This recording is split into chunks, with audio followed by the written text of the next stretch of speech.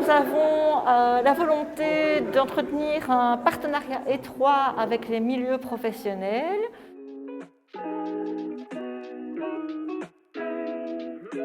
Dans la mesure où notre promesse d'employabilité durable nous amène évidemment à travailler en étroite collaboration avec les entreprises et donc pouvoir effectivement être dans un lieu où les milieux professionnels évoquent justement la question du lien avec l'enseignement, évoquent la question de l'innovation, évoquent également la question de la digitalisation, qui est quand même un élément important.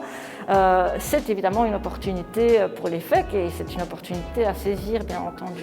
La formation doit être une priorité du gouvernement bruxellois parce que je dirais qu'on n'a pas beaucoup d'autres choses à vendre que, effectivement, nos capacités de savoir-faire et de savoir-être. Et donc, effectivement, la nécessité d'avoir des gens bien formés pour prendre en charge, effectivement, des problématiques qui sont des problématiques de plus en plus complexes.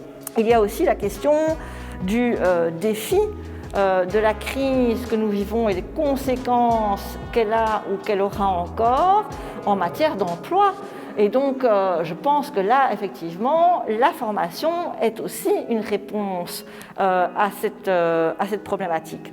Enfin, je dirais qu'il y a une série de métiers qui apparaîtront demain et qu'on est encore loin de connaître aujourd'hui. Et donc, il faut absolument pouvoir, je dirais, doter